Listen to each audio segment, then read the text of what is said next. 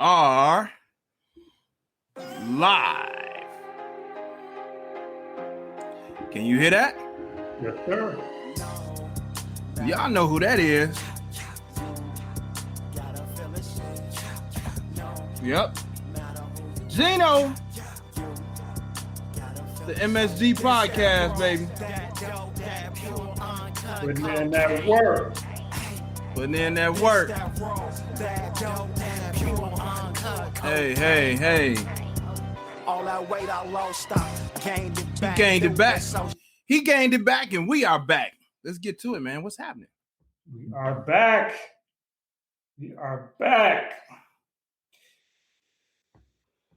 Good morning, Chicago and the rest of the world. Welcome to the Money, Sex, Gen X podcast. I am your host with the most, the bloke with the stroke. Oh, Scottie Pippen of Podcast Pimpin'. Mr. Eric McLeod. Wow. Yes, I am joined by the Titan of Teen Tech, music in the making, the Rasheed Wallace of Podcast Knowledge. Like that. My co-host, my brother, the homie, Big Stu. Hey, you be coming with it, man. You wise with the words, man. Try to do a little something, man. How you doing? What was on your radar this week? How you doing? On the radar for the week, man. I'm okay, man. What was on my radar for the week? Quite honestly, man, this past week was a blur. Okay. All was a blur. So much happened in the professional space. I think for me, it's really just business, man. I had a couple of really good business opportunities. So that's what's been on my radar, brother. What has been on your radar for the past week? It was an interesting week, man. I'm a basketball fan, NBA fan. So the Kyrie Irving and James Harden soap operas were very interesting. As most people know, James Harden is now in the Brooklyn Nets, which is crazy. That is ridiculous.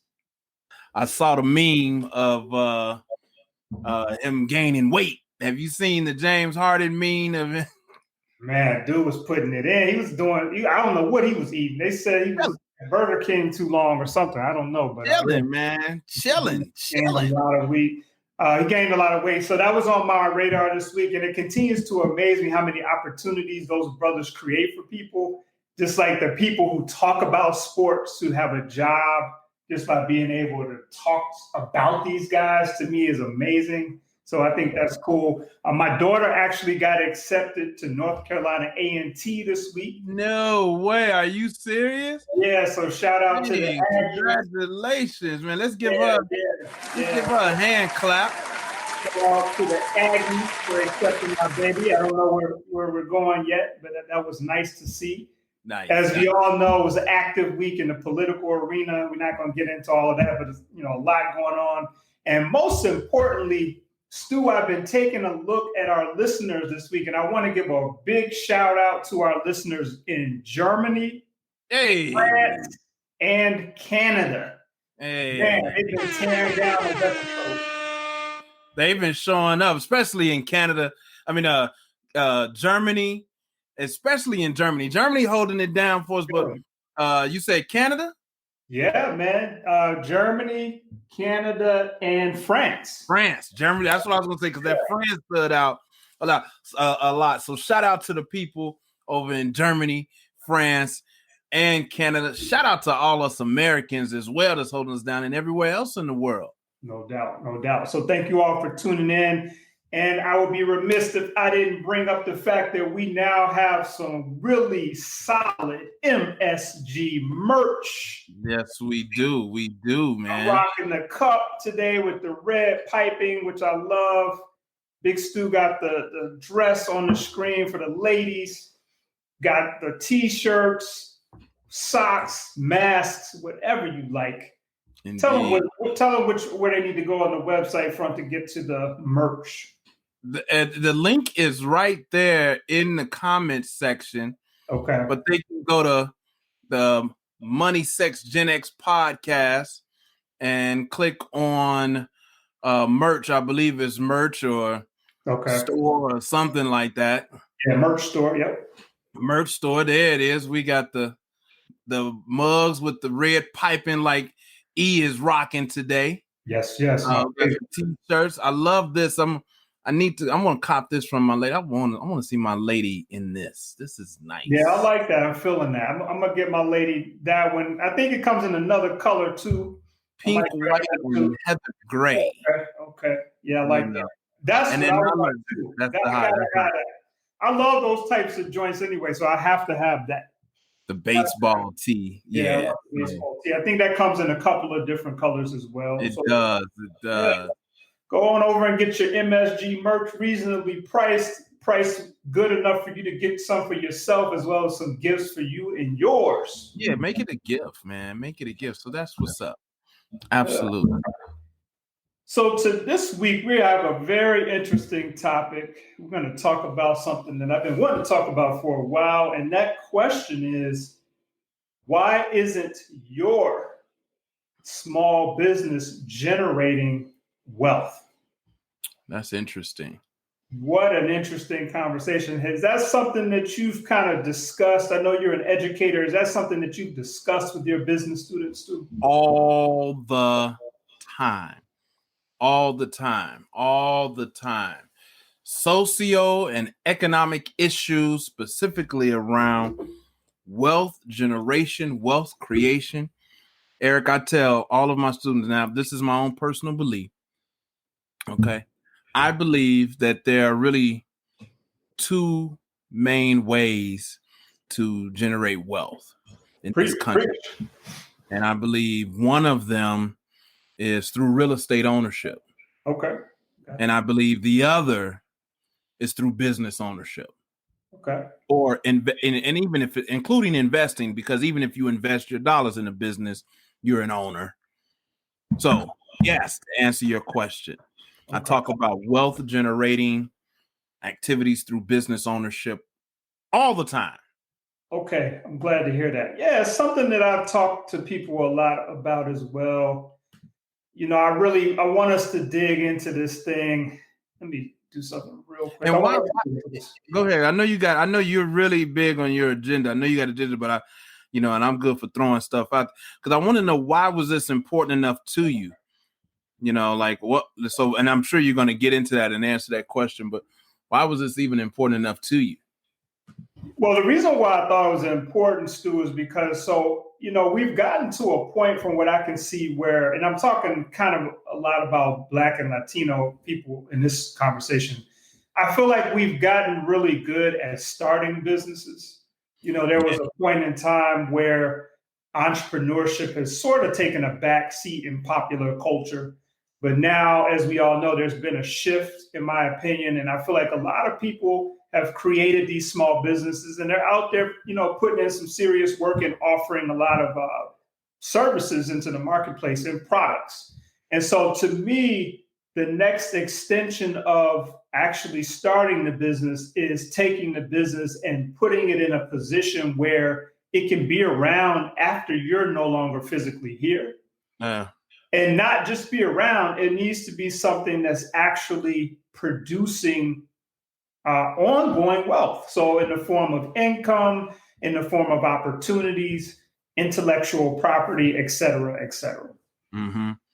Okay, that makes sense to me. Do you find a lot of, Gen Xers are owning businesses? What's happening now in that front? Yeah, a lot of Gen Xers definitely own businesses from people that I'm observing in my network. What I see a lot of is people have a lot of 9-to-5 jobs, and then they also have a business, what they call on the side. Mm-hmm. Some of those people, and the ones who I think do it at the highest level, they have a business on the side that they don't actually have to run. They have other people who run that business while they're off somewhere else generating other income. And let me know if I'm still in any of the thunder, but it sounds like there's a difference between having a business where you're the employee of the business and having a system that operates as a business and generates income or revenue and helps to build that wealth. Absolutely. Yeah. Okay. Yeah. So I first learned about this, and I know you've read these books, but Robert Kiyosaki, I know this guy's had a lot of interesting stuff that's been going on with him in the media, but I'm not going to focus on that right now. I just want to focus on the knowledge that he dropped. I'm sure other people have dropped this, but this is where I saw where it sort of made the most sense to me. He was talking about how there's 4 different quadrants that you want to think about when you're thinking about business and yourself. First quadrant is E for employee. Second quadrant, which is directly below that, is S, which is a person who is self-employed. And then now we're going to go to the other side of the quadrant, which is B for business owner. And then directly below that, we have the investor. So when we think about, so it's E, S, B, and I. Most people are on the left-hand side of the quadrant. They're in the employee, self-employed side of the equation. We all know what an employee is, so I don't have to really go through that. But the self-employed piece, a lot of people feel that when you're self-employed, really all you're doing is creating another job for yourself, right? So you're basically the one doing everything. You're the guy or a woman who creates the idea. You get the business plan done. You're the one delivering all the services. You're sitting up doing all these social media posts. You're doing everything. So you're kind of, I'll give an example. I always thought it was interesting when I would go to like a laundromat and I would see the owners in there all day long managing that laundromat. Have you ever seen that? I have.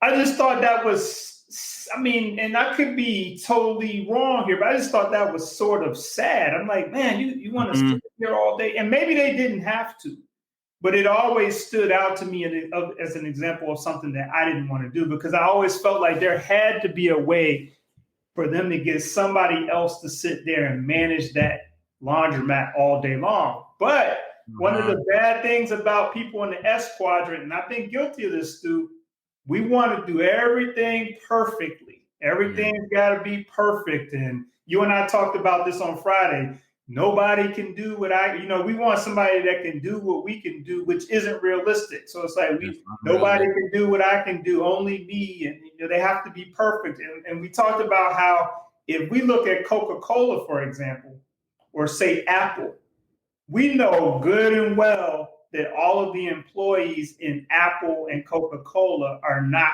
perfect, extraordinary, or anything of that nature. And that's not a knock against those companies. It's just being realistic. At best, most of those employees are probably average. And so why are we trying to find perfection? It is not necessary. And it's going to keep us in the S quadrant. There are a couple of, there's some, you dropping heat today. It's not even, you dropping some major heat today, and I like how you giving it, because the pacing of the heat is absolutely awesome. You said a few things, but one of the things that you said was that I found also quite interesting is how many business owners, before I ever really took business seriously, described being or feeling broke or not having. And then to hear you like give that example of the owners of the laundromat, they're 19 hours out of the 24-hour day.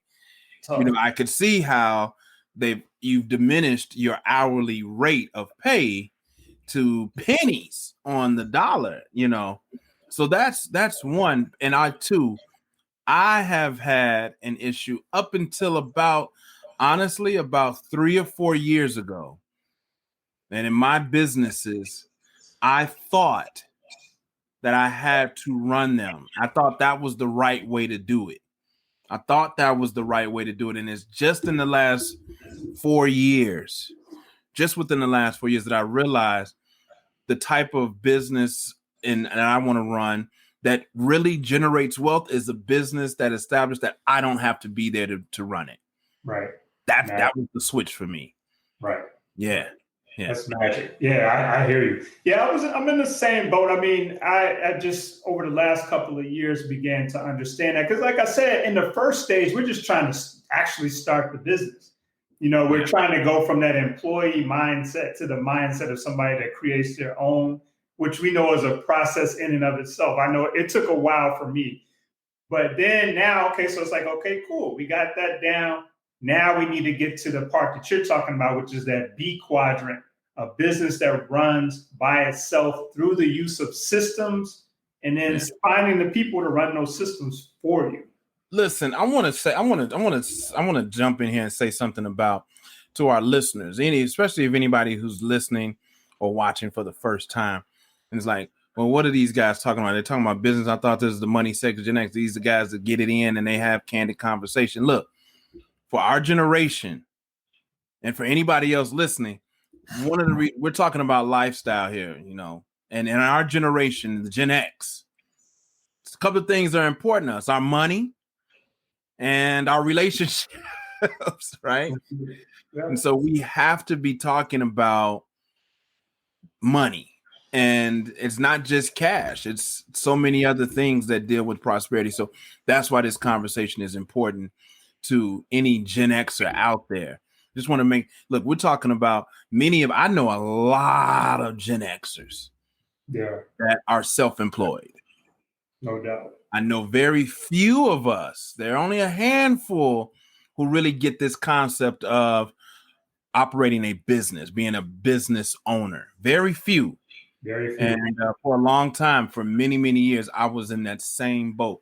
So I'm glad that we're here to help people understand. Because that other thing is, remember we were first talking a couple of years ago and it was like, hey man, I'm willing to sell my business. And the thought of people being open to selling their businesses doesn't even cross their minds. Like, why would I want to do that? This is my business. It's like, I'm sure you're going to dig into some of that in this conversation.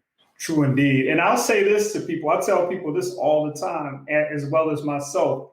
If you don't want to sell the company, at least create a company that's worth being sold. Right? So yeah, it'd be great. Somebody comes to you and say, hey, you know what? I'll give you $100 million for your company. Do that. Because sometimes people, we want to go back and forth about, well, I don't want to sell. Oh, that's cool. But is your company at a level to where somebody would step to you and say, you know what? I'll write you a check. And what we have to keep in mind is they don't necessarily want you. They want the systems. And so that's where we have to take our mindset. And for people that went to business school like ourselves and people who've been, indoctrinated with all that stuff is cute and it's cool, but you really don't hear as many conversations about the creation of systems and then finding people to run those systems. That's a whole different conversation that you will probably find in a college classroom.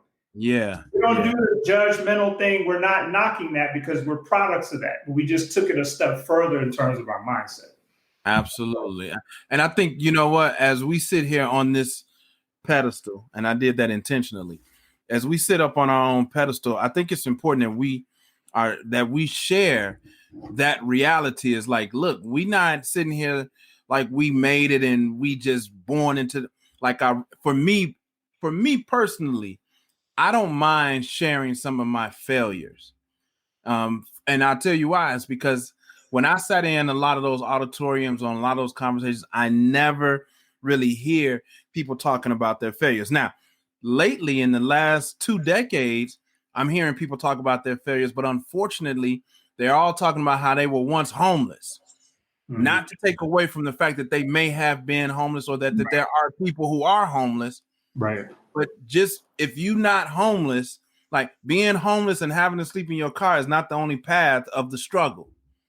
Sometimes it's just making a wrong decision about being a business owner and not having systems in place. That's right. And you'll operate like that for 15 years, thinking you're doing something and you just been spinning your wheel. Exactly.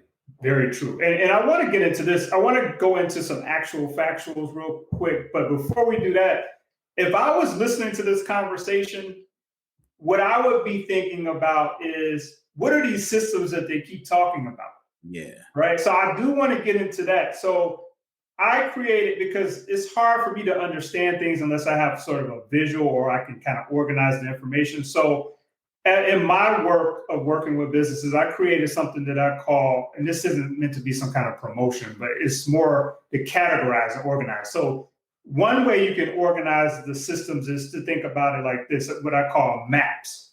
MAPS.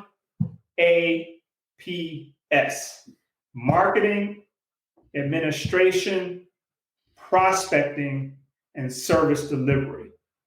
These are the 4 areas that I've come up with that people spend their time in when they're running their business. So obviously they market the business. There's administrative stuff that needs to be done. You know, like it could be data entry, it could be scheduling appointments, whatever that looks like for your business. Prospecting is really simple. You're going out trying to get new business, right? You could be doing that by calling people. You could be on Fiverr.com. You could be using LinkedIn to do that. They have something called ProFinder where you can have people reach out to you if they're looking for a specific service or you're looking for business. And then the last one is service delivery. So actually, the business you created at the beginning, you had an intention in mind to deliver a specific set of services. So if you're a lawyer, you're delivering legal services. If you're a marketer, you're delivering marketing services. If you're a financial advisor, you're delivering those types of services. But that is where the majority of the time will need to be spent, more than likely, to be successful in the business. Because if you're a one-man show or a one-woman show and you're spending all your time marketing, doing administrative and prospecting, you got to think about it. It's like you need to shift that time to actually deliver services so that you can make money. Yeah. Yeah, you put me onto this. If and let's just put it out there. I mean, we're not doing, but we are. Let's promo. Look, you created this system, and I've tried many systems. I have a couple of systems that I use, but this one is very, very useful, and it put a lot of things in perspective for me as a business owner. So yeah, man, I think figuring out how much time you're spending focusing on marketing. And not just how much time, but how much time a day and what days of the week will be your marketing days. Right. Or who will do your marketing. There you go. There you go. Exactly. Now, because you talk a lot about leveraging talent. That's right. Is your word. Your word is talent. That's right. You want to continue to talk about that a little bit? Yeah. So I fell in love with this concept of leverage. And I learned about the concept of leverage in the financial industry. When you hear it in the financial industry, a lot of times they're talking about getting loans or, you know, getting other people's money. And once I kind of looked that word up and I tied it to business, I became fascinated because I started to see the most successful entrepreneurs in our culture. That's all they do is leverage people. And I remember talking to you, Stu, one time specifically about how some of the most successful businessmen and women that we knew, not only did they know how to leverage people, but they know how to do it at low or no cost. Oh, yeah. Which you might have your own, people might have their own opinions about whether that's good or bad. But the way I looked at it is I'm not in support of anybody being taking advantage of people. But we know that there are a lot of people out there looking for an opportunity. So if you can sell and convey a strong vision for your company, I have never seen a case where you couldn't get people to come and work in that company for pay or not, for not being paid. They're buying into you and they're buying into your vision. And that is leverage. So let's clear this up a little bit, because earlier, and I agree with you, that is leverage. And you opening my eyes to this has allowed me to leverage a lot of folks' talent. And I don't want to confuse it. It's not for nothing in return. When we say for no pay, it's not for nothing in return, but it's because they have bought into, at least in my experience, a vision, my vision. That's but right. Let me clear something up, because earlier in the conversation, you mentioned that you want to create a business that investors would be interested in possibly buying from you. But you stated, if I got this correct, you stated that the investors aren't interested in you, they're interested in your systems. And so that's from the investor side. But when you're talking about leveraging people's talent, Mhm. they are concerned, they're focusing on you and your vision. That's right. And Okay. that's a very good thing to bring up. So yes, you are always, and I think this is important for entrepreneurs to understand because you're always going to be sort of in the mix, quote unquote, because you're the visionary. We don't mean that you're no longer involved in the company, but you got people who are just really great at creating ideas. They're not necessarily good at the day-to-day stuff, but they are the one who will say, "Hey, I have $100 million idea for some technology." You need those people. You know, we argue sometimes about which one is more important. You need all of these people to be successful, and so you got your idea person. And that person, like you said, they're able to create this vision and people get excited. And they're like, yeah, you know what? I want to be a part of that. And like you said, though there may not be any money exchange, because sometimes this looks like a person being an intern, for example.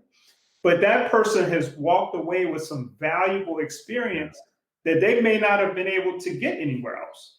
Yeah. You know, what I always liked about doing this personally is when the owner of the company would tell me, like, Eric, why don't you just go ahead and write your job description of what you want to do?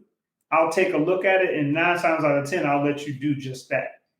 You can't do that in a traditional corporate. They're going to say, no, we need you to do this. And you come in and say, hey, this is exactly the experience that I want to be able to put on my resume later. Yeah. These are the skills that I want to be. That is a priceless experience to be. It bring, you know, I for the first time in 2020, I brought on actual interns, and I struggled. I struggled with my interns for many reasons. This is all a good experience. I have nothing bad to say about the individuals at all. Okay. The struggle was on me, like managing people, getting them to see the vision, being willing to turn over some tasks because of my fear of their ability to do it the way I would do it, or if I felt like they were moving too slow, I'd jump in and take it over, which would cause problems, obviously. Sure. But one of the things that I really wanted my interns, and still to this day, I still say this, is tell me what your dream role at this company looks like. There you go. And I'll let you do it because I know you'll have a blast. I have a hard time getting those folks to do that because of that point of they've been indoctrinated in this idea that when you're the boss, you're the manager, you should be telling me what to do. Yeah. And I think that is prohibitive sometimes in creating wealth. You need folks that, if you're a business owner, entrepreneur / business owner around you in the company, in order to help generate wealth, and then maybe it's you, when you get an opportunity to work with a business owner / entrepreneur, take full advantage of bringing your talents to the table, because I was thinking that these interns would use this opportunity to use my platform as a business to hone their own skills. Yeah. Not to be but I guess some people are, you know, everybody doesn't want to be an entrepreneur. Some people are comfortable, which is fine. It's absolutely fine in being in the employee role as well. You know, one group of people, and then I'm going to get to these actual factuals. One group of people that I find are the clearest when they're coming into an organization on what they want to walk away with is I saw when I was doing a lot of not-for-profit work, people who want to go into politics are usually very clear in terms of what outcomes they are seeking. They are not typically worried about the money. They get it, but they're like, you know what? I need to leverage this organization and my experiences here to get to the next level of my political career or start my political career. Because, you know, you need a resume and you need to have some experiences that people will look at and say, okay, this person is credible. Those types of people I've seen be very clear and very successful in that dynamic that you were talking about. I think, and I bet that's probably for a number of reasons, but I think you just said something that came out to me this week, something that I had to be reminded of, and it's don't chase the money. Don't chase them. Don't chase the money. Don't chase the money.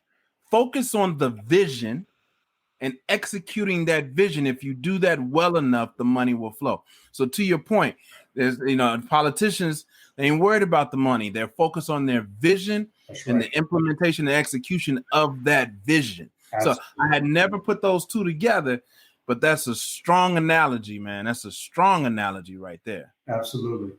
So now we're going to get into we always do what we call actual factuals for every segment. And we're going to kind of try to frame up this conversation a little bit. So we're talking about and if you're just tuning in, this is season 3, episode number 3 of the Money Sex Gen X podcast. We're talking about business today. And our actual factuals for this week are very interesting. So there are 30.7 billion small businesses in the United States, which is, and the small businesses are actually 90% of the entire business population. That's a lot of businesses. And this is according to the Small Business Administration back in 2019. Most businesses in the U.S. have fewer than 500 employees.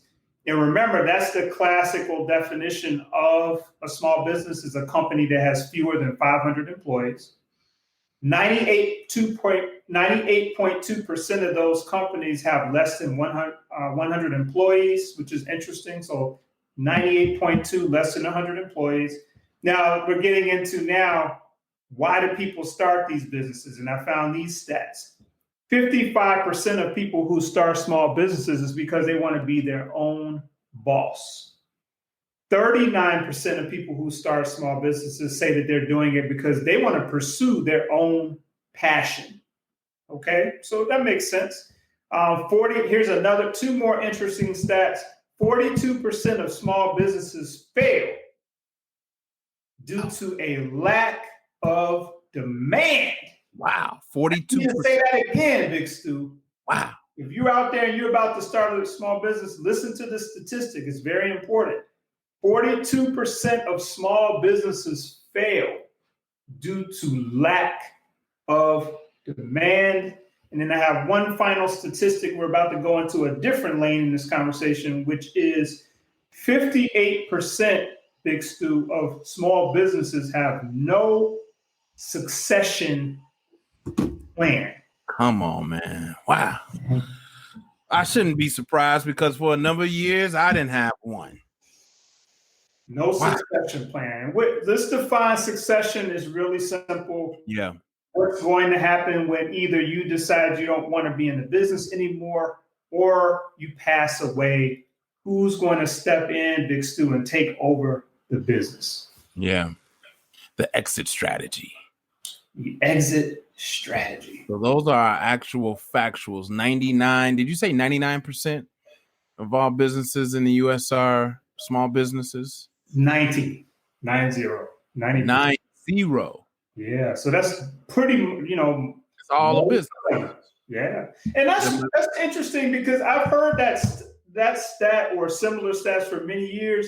And that kind of messed me up mentally because I don't know why. I always thought that there were more large corporations out there than small businesses, but it makes sense when you think about it because when you look around on a day-to-day basis, most of the businesses that you see, they're small. You don't see a bunch of large corporations on a daily basis. So it makes sense.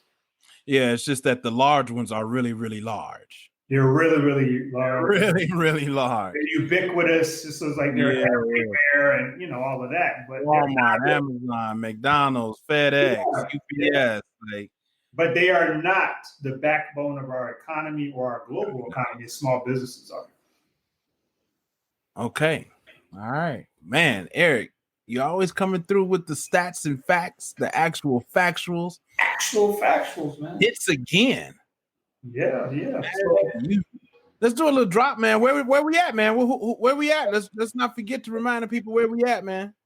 Money Sex Gen X podcast. We are on season 3, episode 3. We're rocking out. Please get in those comments. We have really good engagement last couple of weeks. I don't know if anybody's out there today. Well, look, today our live, I would imagine it's playoffs, man. It's Okay, people are busy. Well, you can always catch the broadcast after the fact at moneysexgenxpodcast.com.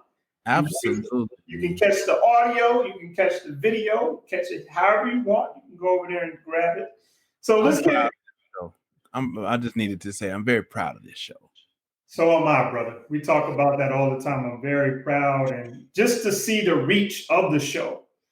I don't know if that's something that I was really thinking about when we first got started, but like we were talking about people in Europe and South America. We got to get into the African continent at some point. You know, that's one area I want to get into. But come on, Africa, come through South Africa, come through, Joe Bird. Yeah, let us know how we can get the show over there, and we want you all to participate and hear what we're talking about. Well, shout out to my people in Cameroon, and I got a couple people over in Cameroon. Shout out to my people in Cameroon. What up? All right. I got a really good friend that's in Ethiopia right now. He's been over there for about a month. I think he's going to stay for another month. So shout out to him. Fam, if you are watching this, you know, try to find a way to get people there to watch the show. Use Facebook, WhatsApp, whatever you got to do, but they need to hear it. Absolutely. All right, let's get into it, man. Let's keep going, man. We got a good show today, man. What's happening? Yeah, so let's keep going. So we've kind of framed up what we mean by, you know, this whole thing of, you know, why isn't your small business? So basically what we're saying is if you're in a situation where your business is not generating something that is going to be available to future generations, what we're basically saying is number one, is because you're trying to do everything. That's first and foremost, right? So you're trying to do everything, and then trying to find people to get in, trying to develop those systems and get other people to run them. As we know, it's not going to be an instantaneous process. Stu and I are people who are actively trying to get better at that ourselves, but it is a process that we need to go through. Just like we spent time in the college classroom and we spent time doing all this other stuff, we need to spend a little more time understanding systems and learning to operate them very efficiently through the use of other people. It's a process. It's smart business, man. It's smart business, man. It's smart use of time. Because look, most of us are running our businesses. I desire to be an entrepreneur partially for the myth, the number one myth, which is I can work for myself. Yeah. I'll be my own boss, which I tell people is a myth because I have lots of bosses now that call my clients. Right. Still, you know, but and that means even if I'm not doing the service delivery, the S part of MAPS, they're still the clients of the company and we're to serve them. But I really want my time, man. I want the space freedom, I want to be able to be on my yacht when I get a yacht. I want to be able to be on the way to the Clearport when I get there, you know, and still run I don't want to have to be confined to sitting in front of the computer 8, 10, 12 hours a day in order to run the business. Right? Yeah. I enjoy the flexibility right now. It may sound like I get a little I beat myself up a little bit sometimes when I do it, but I enjoy being able to potentially watch a Netflix movie at 1 p.m. Right. Definitely. You know? Yeah. You know? Yeah. I got it. Yeah. All right, man. I'm right there with you. I'm in the same boat, same thing I'm trying to do. So I want to talk a little bit more about this concept of succession planning quickly. So we've established that one of the key things that need to be done. So let's talk about LLCs, for example. We're just going to use that as an example, okay? So say you have an LLC. So maybe you live in Illinois or New York or whatever. You went to the Secretary of State. You formed an LLC. Here's the part that I never hear anybody talk about. And the only reason why I knew about it is because I was working in real estate. And so the deals I was working on, the investors made the client create these, what they call operating agreements. How many times do you hear people talk about operating agreements when you hear LLCs discussed? Never. Almost never. Almost never. And it's interesting because it's like, that's one of the most important pieces of having the vehicle that you set up, because in the operating agreement, you're spelling out a lot of different things, Big Stu, as you know. You're spelling out who the owners of the company are, what's going to happen if one of the owners passes away, if somebody wants to sell a portion of their ownership, how do we handle that, right? If somebody passes away, can your son get your ownership share? Right. Or does it stay in the company and we have to buy out your heirs? Yeah. You know, all of these types of things get discussed in the operating agreement. Yeah. Now, you know, I tell you that I think I can answer part of the reason why, because so and let me moment of disclosure. That's gonna be my segment, E. You know, when Stu about to tell one of his truths that he probably ain't told nobody. Moment of disclosure. Okay. None of my businesses, and yes, I started my first business legally on record is 1983. My mom started my business when I was 12, put it in my name. So Secretary of State, 1983, my first business, my mom set up, right? And the truth of the matter is she really, you know, she said it was a sole prop. It was a sole prop, bro. So it really wasn't no need for all that paperwork. But my first legal business after that wasn't until 2014. Okay. And it was a corporation. I never had an LLC. All of my businesses, were sole proprietorships. Wow. I never had, and I've had some businesses, some brands, I would say anyway. Okay. But it wasn't until 2014 that I incorporated my first business and I've never held an LLC. Okay. Moment of disclosure. Well, you know what? I can't say that you're missing out on a lot. I mean, I think sometimes people feel like it's necessary to have an LLC. Depends on how you want to run your business, you know? Well, I felt like I never wanted to do all of that until I could have the proof of concept that the business was going to make some money. And I mean some real money, man. I'm talking hundreds of thousands of dollars of dollars before I go through those hoops. That's you know, and I knew that a sole proprietorship was you didn't need to do anything. It didn't make sense to me.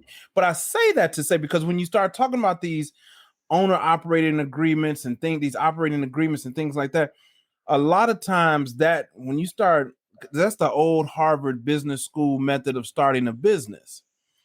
And I think that sometimes that really is what deters Black people from doing all of that, because it's like many of them just want to get to the service delivery. Yes, right. That's true. They just want to get to this. And so you telling me I got to do all of this and look, I just want to make birdhouses, bro. I just want to print t-shirts. I don't care about all this. And I think that's okay until you start realizing that you're about to make some money. Then you got to backtrack. You got to hold, you got to like get this thing in order because you got real money on the table now. That's right. And it is a shift in mindset, because the other thing we think about is liability. So what happens if if you have a sole prop and somebody sues you? That's a problem. Yeah. Anybody be careful, because it only works in my method only worked because I there was mostly consulting or some other type of service. But even if I had a hand car wash business, I wouldn't have done it as a sole prop, not by choice, because if I break that mirror on that C-Class or whatever it is, or that G-Wagon, right, I'm in trouble, because people don't sue for the cost of the repairs. People sue for 100 times the cost of the repairs. Right. They'll say that they were emotionally damaged. Broke the mirror on that G-Wagon. I almost had a heart attack.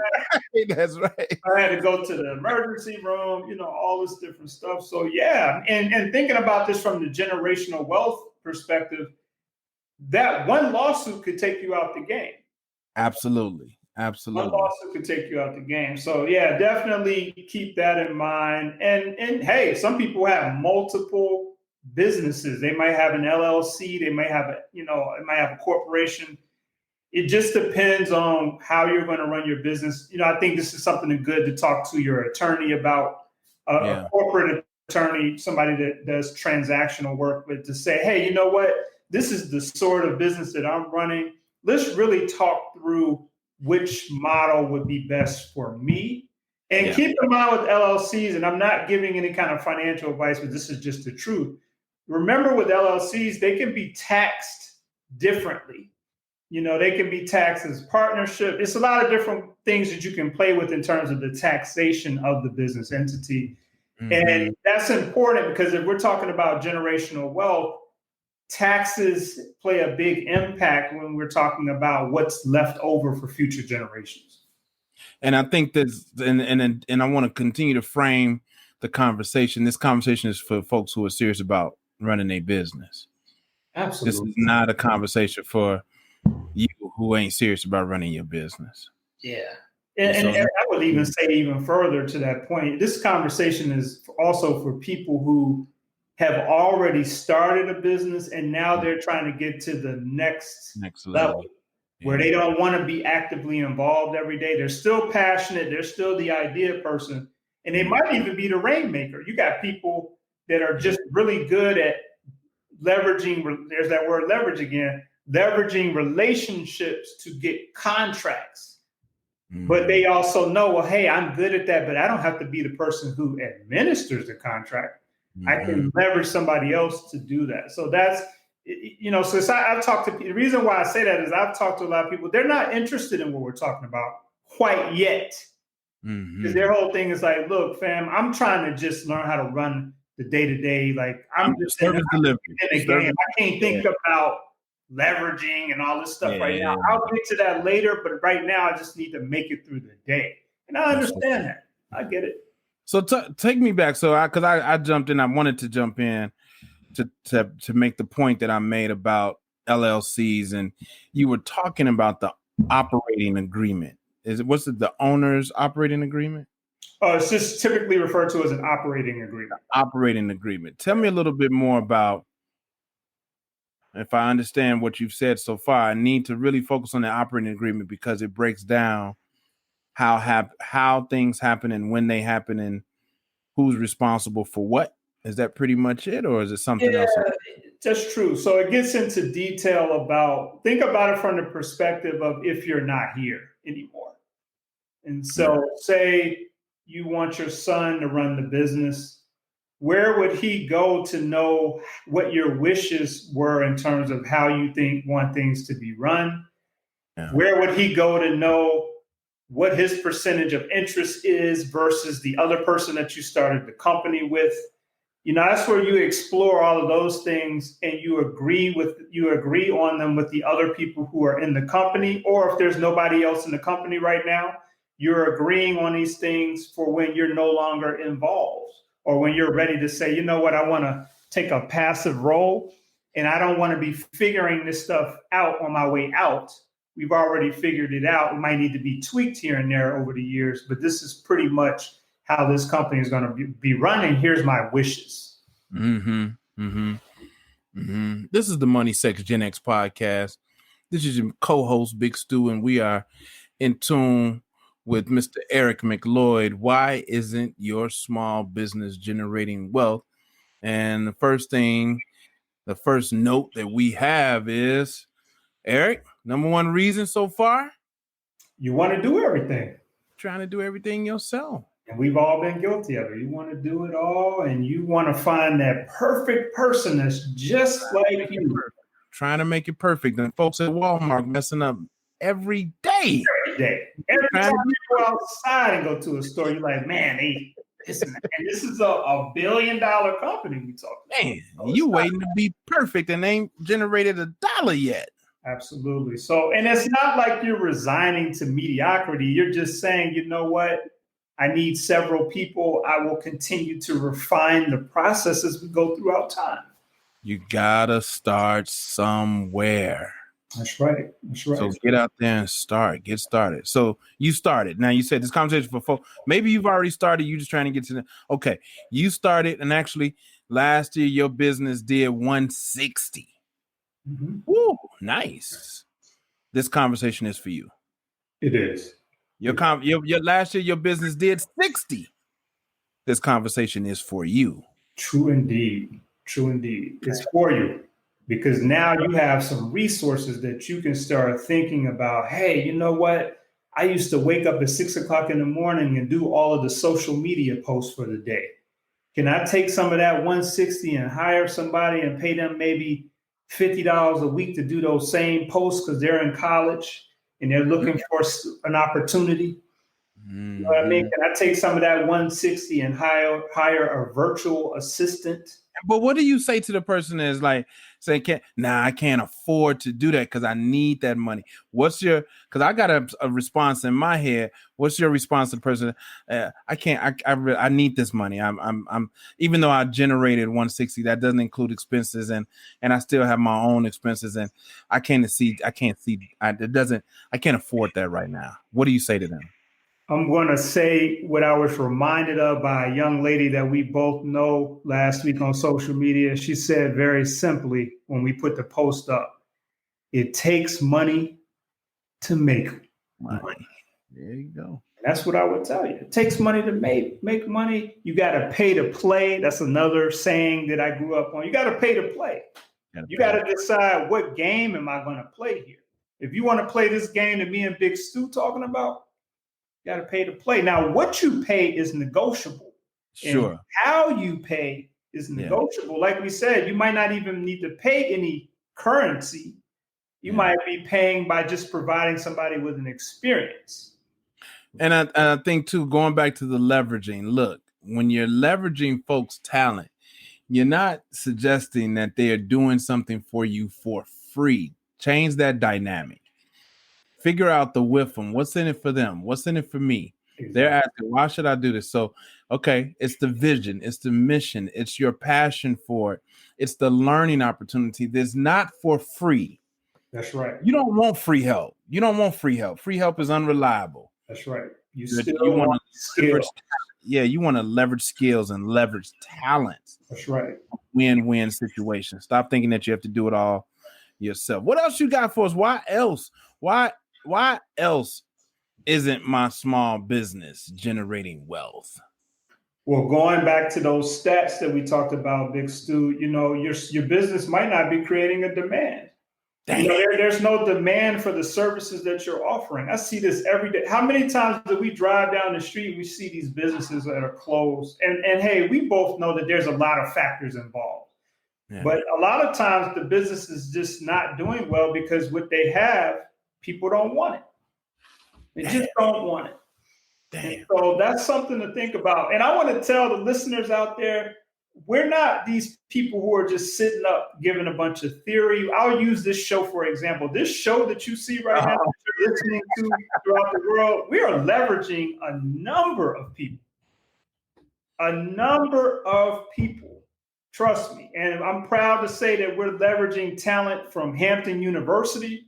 To run this show, we're leveraging talent from Howard University. Yeah, that's great. So it's like we're doing what we're talking about here. And everybody's situation is different in terms of why they want to participate in the show and what their currency is, what form of currency is being exchanged. But we could not do this show. Well, I'll take that back. We could do this show and try to do everything because we were doing it very early on, but we made a conscious decision to build a team. And so we're leveraging a lot of people to do the show. And the reason why is because we wanted to continue to grow. Exactly. So we had to invest into first ourselves and then invest into other resources. That's right. So I want to start changing the wording that we use because some of the wording, and I know it may seem petty.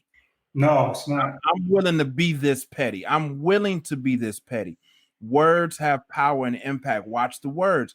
So if I ain't got the money, it sounds very different than, I want to put my money somewhere else, or I'm not interested in investing in that right now, or I don't see the need for that. It sounds very, very different than I ain't got it, or you know what I mean? It's like it's not a priority right now. Maybe that's it, So I love that. Yeah, no question. you I gotta like invest. the word invest that you used, Stu. Like if a person says, "I want to invest in some talent," versus like you said, saying, "I want to spend some money. I got to go spend some money to get some people to help me." Well, are you spending or are you investing? Yeah, because those people that time you're going to get some of your time back, and you're going to get giving your time back is worth it all right there. True indeed. True indeed. Very true. Very true. Yeah. So this is an important conversation. So I hope that people will watch this show and create your own version of this conversation. I mean, we got some wonderful people throughout the globe that have mastered these concepts. I hope I see more videos about leveraging and going beyond just starting a business, but having it be a generational wealth vehicle. That's a very different mindset to think about your business in. Yeah, man. Oh man, that's heavy. So I definitely want to encourage everybody as best as you possibly can to include your seeds, whether they're yours or your nieces and nephews or whatever, grandchildren, neighborhood kids, and help them learn about business and economics. Help them. That's so key to our generational wealth for generations to come. Exactly. It is. Yeah. And guess what? These skills are transferable. Yeah. So this is what I love and I realize for myself. Once we master this, you can take those same skills and use it in other businesses. Yeah. It's not just specific to this one business. It's like having a college degree. You can take your college, and I'm just using that as an example, but you can take your college degree and use it for some would say for a myriad of different things, right? You don't have to just use it for one thing. Same thing in business. Once you master these basic concepts, you can take it and use it and also teach other people. You might say, hey, I just want to make money by teaching people how to create systems and teach them how to leverage talent to run them. That's a tremendous business that a lot of people have. Yeah. Yeah. Hey, if anybody is out there, and I know that you are, please drop a comment. What are your thoughts, questions? It's a good opportunity to ask questions in the comment section. We might share it on the screen. We might actually respond to you. Yeah, we might. So feel free to do that. We might actually give away a free hoodie. Dang. To somebody who comes through with that hardcore comment that makes everybody think. So yeah, that would be dope. I could go for that. All right, so we got to get to our next segment, Stu, which is the burning question for the week. So I'm going to go through this real quick. And the burning question, Eric's burning question for this week, my question is, have you out there in podcast land, have you ever heard of a buy, sell, and I'm talking to the entrepreneurs. Have you ever heard of a buy-sell agreement? That's my burning question for the week. Buy-sell agreement. Hey, E, let me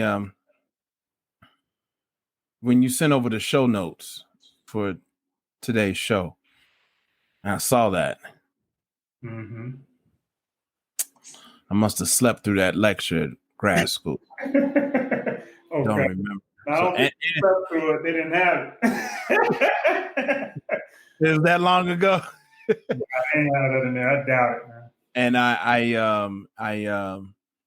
I didn't even look it up, so I still don't know what a buy-sell agreement is. All right. I still don't know. I said, I'm gonna ask my man on the show. I'm not even gonna come with it. I'm gonna play student today. All right. So you're gonna learn together right now. So a buy-sell agreement is something that all entrepreneurs should know about. So let's talk about it like this. So we got this podcast. It's a business entity, right? Mm-hmm. Say I decide 5 years from now that I don't want to really participate anymore and I want to sell my interest in the company. And say the company at that point is worth $100 million and we own 50-50. So my percentage or my shares are basically worth $50 million. and you're like, hey, and our operating agreement says, hey, yeah, Eric has the ability to sell his portion of the company as long as he gives me a right of first refusal. So it's like, I can sell, but I got to come to you first to see if you want to buy my shares, if you want to buy me out. Okay. Everybody following so far. So it's real simple. It's like, we both own the company. I don't want to participate anymore. We have an operating agreement that says I can sell my portion of the company. All I have to do is give Big Stu the opportunity to buy those shares first. If he says no, then I can go out and sell my shares. All right. Now the question, this is where the buy-sell agreement comes into play. If Stu does say, hey, you know what? I do want it. I want your 50% of ownership. I will buy it. How does Big Stu finance that if he doesn't have that money, like the physical currency, to give the $50 million? And let's take it a step further. Let's say I actually just passed away. So it's not that I don't want to be in the company. I'm no longer here, because this is the one that will come up more commonly. I'm not even here anymore. And Big Stu, I've set up my estate where my children can actually get my half of the company, but I still have to give Big Stu a right of first refusal.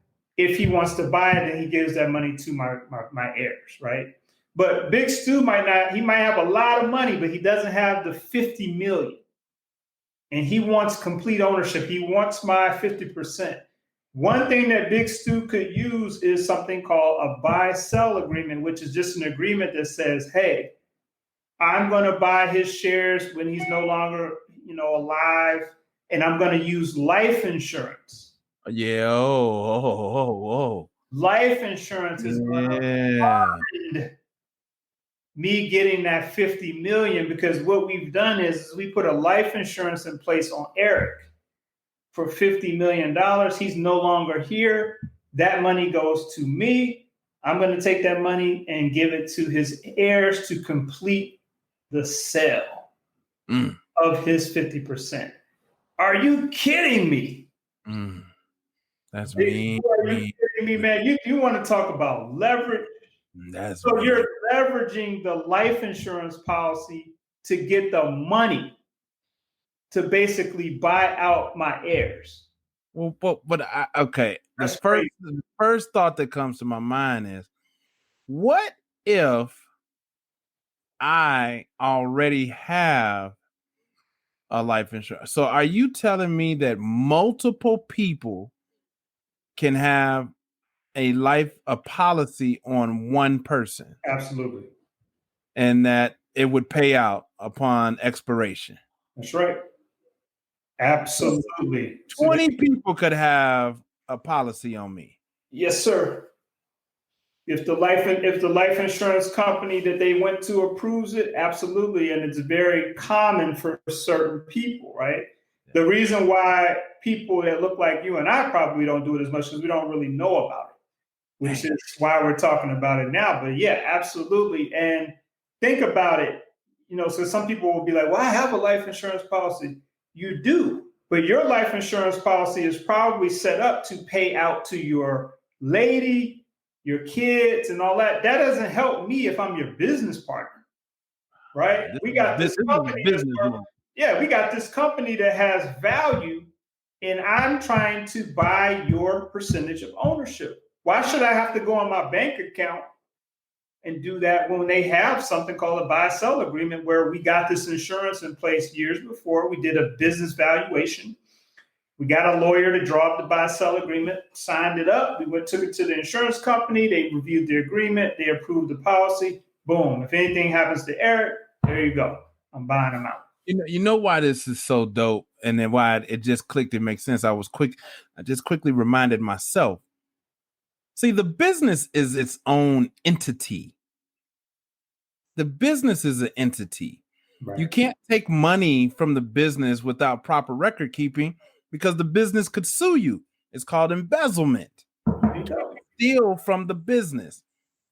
So it does make sense that this entity would want to protect itself, and that there's an instrument that allows the entity, being the business, to be protected in case it lose one of its operators or owners.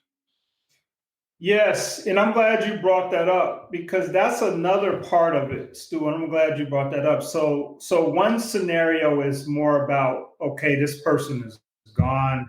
He's got his interests out there. He's got his heirs. I want to buy that or whatever. You know, we go through that whole thing. But the other part is, say we got this really, so let's use a law firm, for example. We got this law firm that is crazy. Like we got all these clients and we have 3 partners and these guys generate a lot of business.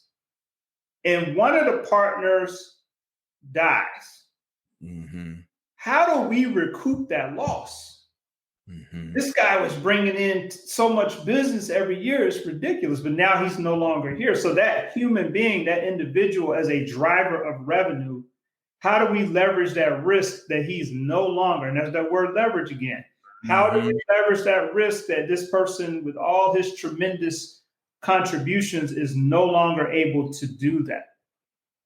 And so there are vehicles in place like what we're talking about now that allow you to compensate the business for the loss of, and they call this key person insurance. Dropping some serious jewels. This is key person insurance. All right, Betty, we dropping gems. Key person insurance. So Stu is a key person. Something happens, he's no longer participating. He might just be like, I don't want to be in it anymore. I'm out. Okay, so now Stu is bringing in $10 million. How do we recoup on that? Key person insurance. Wow. That's a load, man. That's a heavy, mean load right there, man. That's a game-changing concept right there, brother. Heavy. And that is the generation. So when we are like, why isn't your small business generation? This is what we're talking about. We're talking about being aware of these vehicles that are in place. We talked about all of the systems and all that, but this is one of the systems that we're referring to. This is more of like a human resources component. This is risk management. These are some of the systems that you want to have in place to give you the funding to do different things or to recoup in case of a loss. Let me just recap. Let me just recap real quick. I got 3 points. I got 3 bullet points from you today. And the first one, top 3 reasons. We got the top 3 reasons why your business isn't successful. It isn't generating wealth. Mm-hmm. And the first one we said was because you're trying to do it all yourself. Man. Tough. The second reason. We've all done it. The second reason, which is so heavy, and we should we really kind of skated over this one. I know we talked about it, but it was a skate, bro. Like this deserves more. They talk about slide. We slid over this one. What's that? There isn't enough demand for your offering. Ooh wee, bro. Yeah, that's a. Let's talk about that in another 30 seconds because we did skate over that one. We slid on that one, bro. Like we need to talk about that a little bit more. And we talked about it a little bit in the beginning. You want to go ahead? Go ahead. No, I just want to make sure you're right. We need to talk about this just a little bit more. But yeah, I mean, and so you and I do this work with people, but it's like you address that in the business planning stage. That's just the simple way to cut to the chase. You gotta examine the market that you're trying to go in. Is there a market? Sometimes there is no market. I've had to tell people sometimes like there's no market for what you're talking about. And hey, I understand that you can create a demand and all of that. You can do that, but it's very rare that people do it successfully. That's a hard one. That's a hard pill to swallow. And it's obviously hard. I've been on that end of it before. I've been so passionate about this butterscotch and mint cookie that I'm the only one that likes butterscotch and mint. Yeah. And I can't let it go. It's like, but no, the world is going to be revolutionized by this. And it's like, nah, bruh. Yeah. That's right. Now take them 3 dozen that you sold last year and pat yourself on the back. Because that, your aunt and your uncle and your cousin they just was trying to show you a little love. Exactly. That might be a nice hobby. Might be a nice hobby. Yeah, nice little hobby. But it just ain't enough demand for you to be living off. Boy, that's a whoo. That speaks. Betty says that she did not learn this in college. You don't. I didn't either, Betty. No, we don't learn this in college. We don't. Yeah. So that was the second one. You don't? Did you have any more points about that one? I'm gonna leave that one alone. Listeners do a little more digging on that one, but yeah, it's a fire. That one's on fire. And if I got this right, a tool, key person insurance. Was that the third one? Did I miss it? Was that the third one? The third one, but we can combine them. It was actually the buy-sell agreement. Oh yeah. I put that in there. We got into, because of your thoughtfulness, we got into the key person insurance as well. So both of them, I would consider that as a group of things that people want to explore as entrepreneurs. Buy-sell agreements. Yeah. Talk to your insurance agent about buy-sell agreements. If you have a good insurance agent, they will be able to talk to you in detail about that and help you to understand what needs to happen to bring those into existence, and talk to them about key person insurance. Key person insurance. Buy-sell agreement. The buy-sell agreements was a heavy bomb. I learned about buy-sell agreements today. Okay, good. I knew that company, if you work for a major corporation, that 10% of America's companies, they probably have an insurance policy on you. Did you understand that? Did you know that to be true, Eric? Many major corporations are, when they hire you, in many cases, it's not uncommon that they may have an insurance policy on you. It's just part of your, when you signed all that HR packet, you signed that too. That was a document in there. Yeah. Not in every case, but it's not uncommon. If you're one of those exceptional people, those rare exceptional people that we talked about in corporate, I'm almost certain they have something in place for if you walk away, right? Yeah, no doubt. Man, that's heavy, man. That's heavy. I was not expecting these takeaways from this conversation. I had no expectations other than I knew we would do a dope show, but it's hitting me in a way that I didn't anticipate today. You dropped. This is a heavy. But you slid, you coasted into this one. I called it at the top of the hour, man. I was like, man, this is a slow simmer, but it is fire. Yeah, this is caliente, man. Yeah, this is flames, fuego. Yeah, this is an important one. I'm happy that thank you for being open to doing this topic. I mean, this is heavy, man. This is something that we don't hear about. We don't know where somebody might hear this conversation again. So I'm happy we did it. Moment of disclosure. I fought Eric on this topic I said, man, you sure you want to do this topic, man? And he said, yeah. And I said, listen, and this, I did not anticipate this. So thank you for dropping these gems. Yes.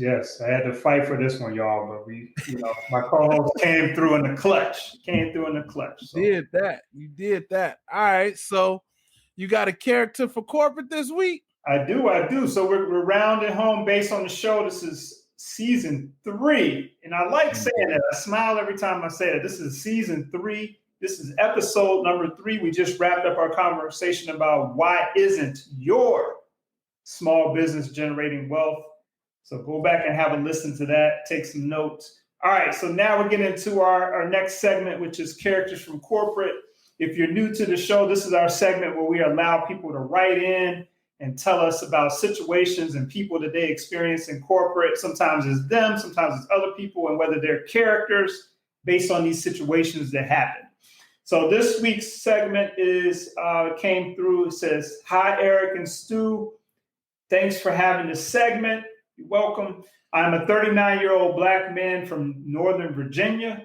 I graduated from Hampton University, the real HU.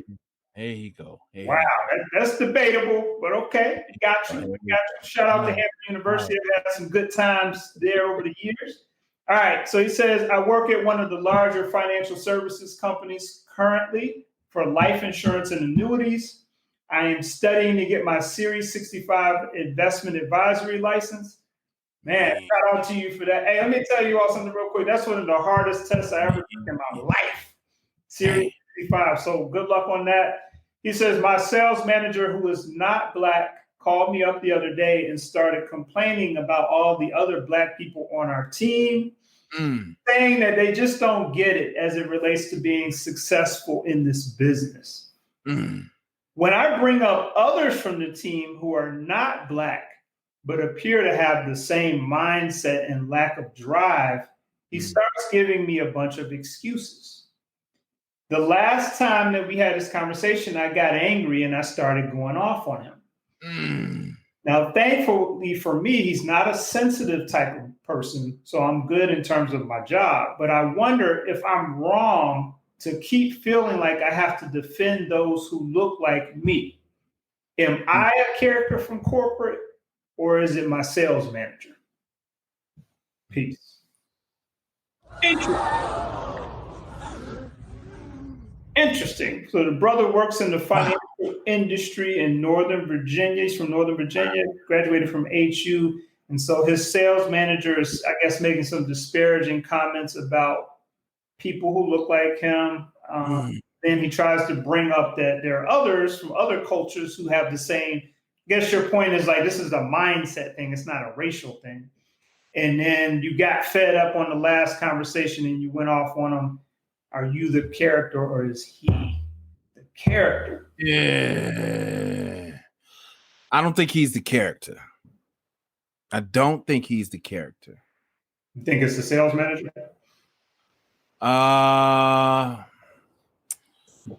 No, I actually don't even think it's the sales manager, man. I think I wish I could, it's I think both views are correct.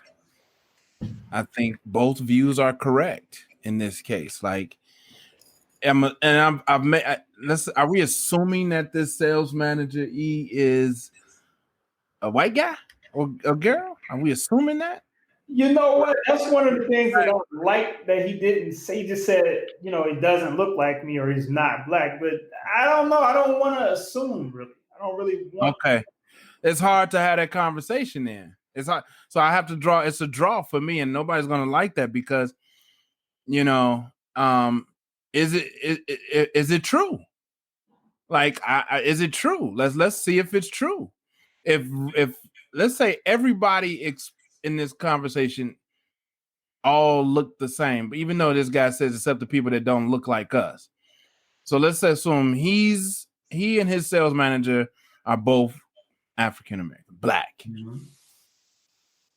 Is it true? If that's the no, is it true then? Is there a different work ethic that Black folks have in comparison to other cultures and races of people when it comes to being successful in that industry? Is it true? Well, I want to say this, and I think this is a good discussion to have. So I've worked in the financial industry for many years. So I think the work ethic might come into play, but it's also a conversation of two, I feel like has to come in is there's only certain people I feel like are suited for the financial industry. And so I look at it, in my opinion, it's not about the background of the racial background of the person. I feel like it's a mentality. Like you got to be a killer. You got to be a person that can take rejection constantly.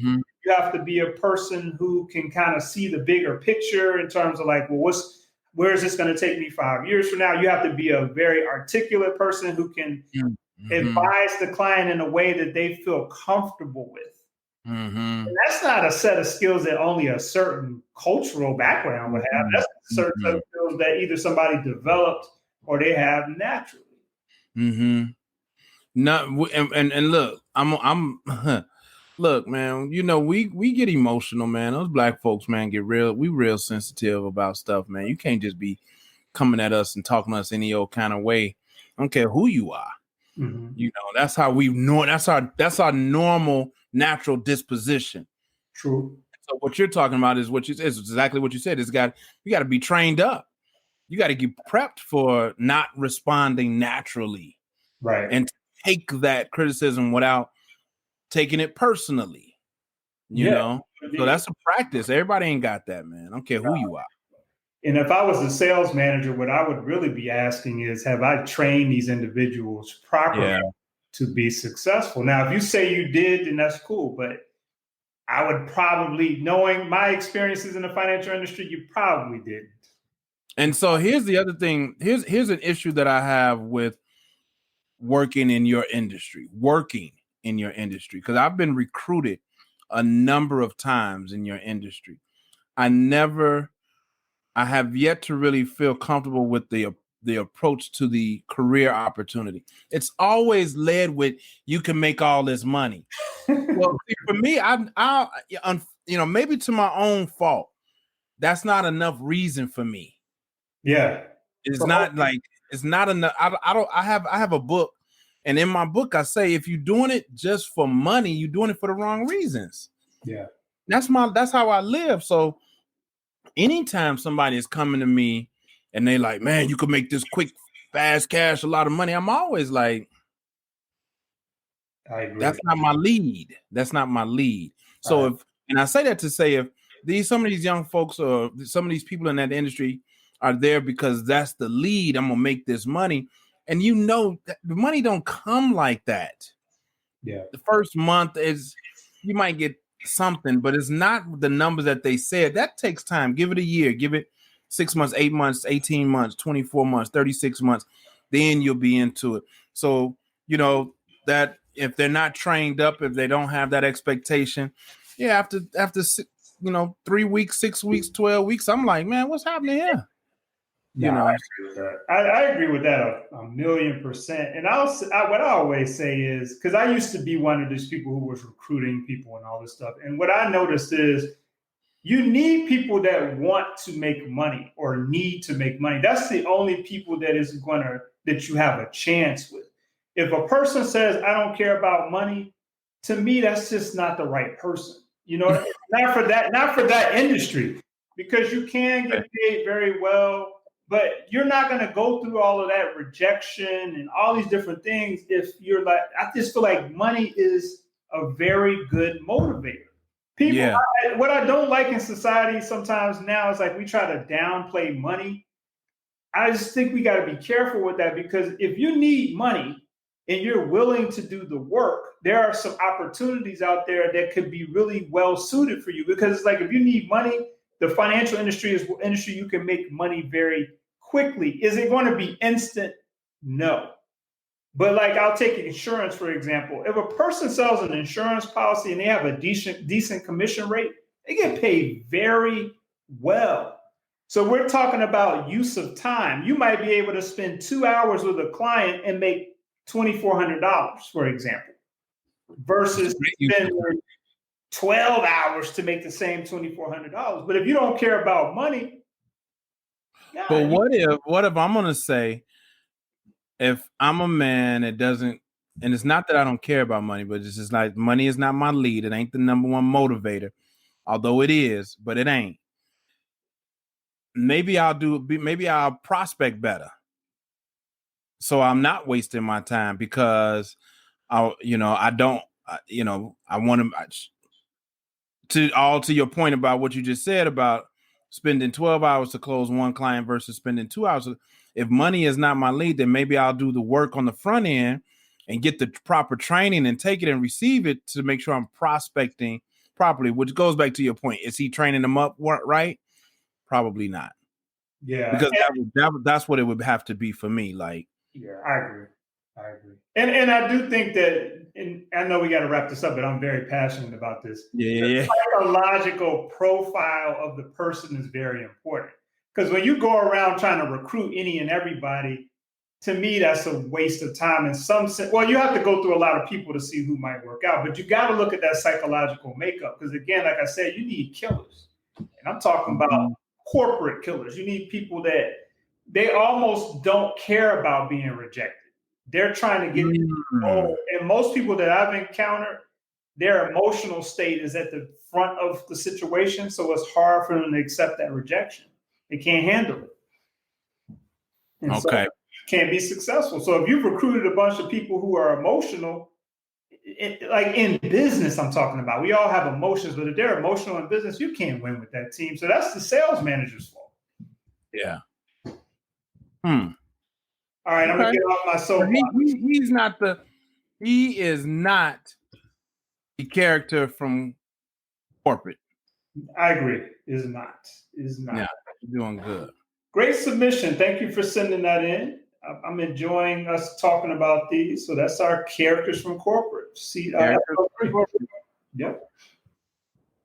All right, brother. Do you have any closing thoughts? We're doing really good on time this week. You got any closing thoughts as we move out of this episode?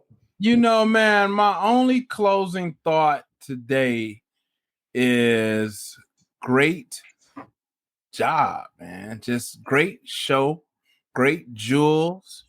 Hey, man, I learned a lot, and so thank you. Great job, man. Great show. That's all I got for my closing comments, man. Just great job, man. Okay, thank you. I appreciate that, and I want to thank you for helping me host this episode.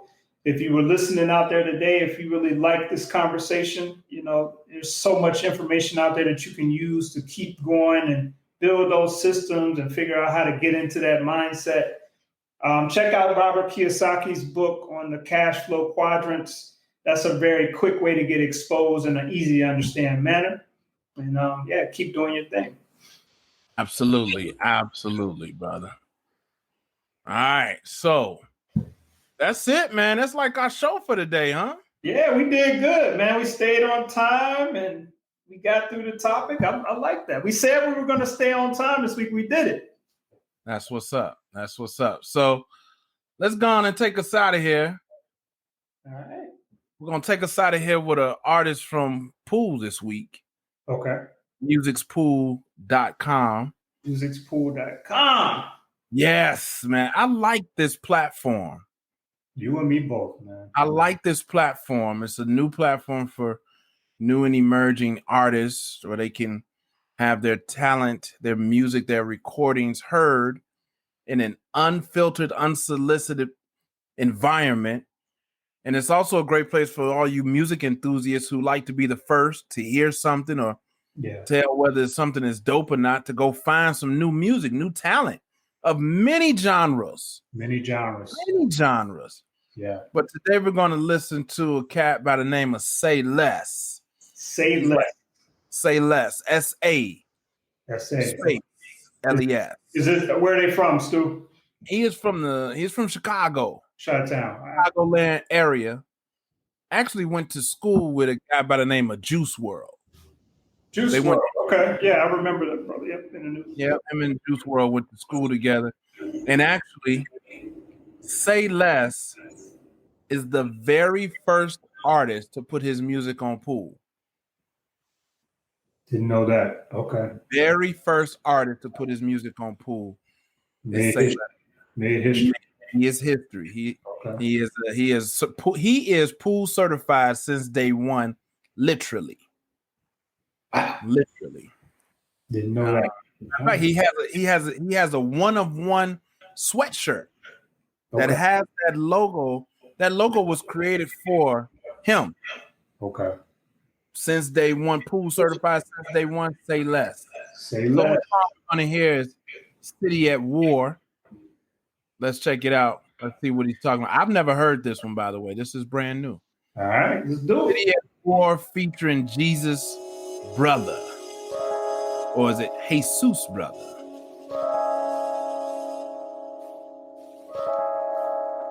Say Less. Musicspool.com. Musicspool.com.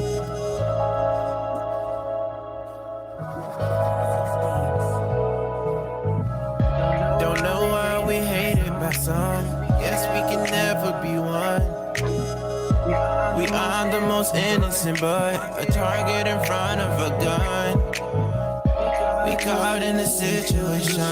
Word of elimination. Look what you done. Look at the world. A war that can never be won. Where's that's love, that's hate, cause haters wanna be loved. So they take all their pain and try to turn it to joy. Misery loves company, less companies, misery, super predators. Full word Hillary, heavy artillery, shell shock. Gotta watch myself around here cause they dreadlocks. Kids growing up without that cause he mad pops. Mama don't know what to do, so she steady out here getting screwed. Hey, this is nice. This is dope, bro. The niggas that I know, man, they already died. So many mothers I had to hug, sure so from them crying.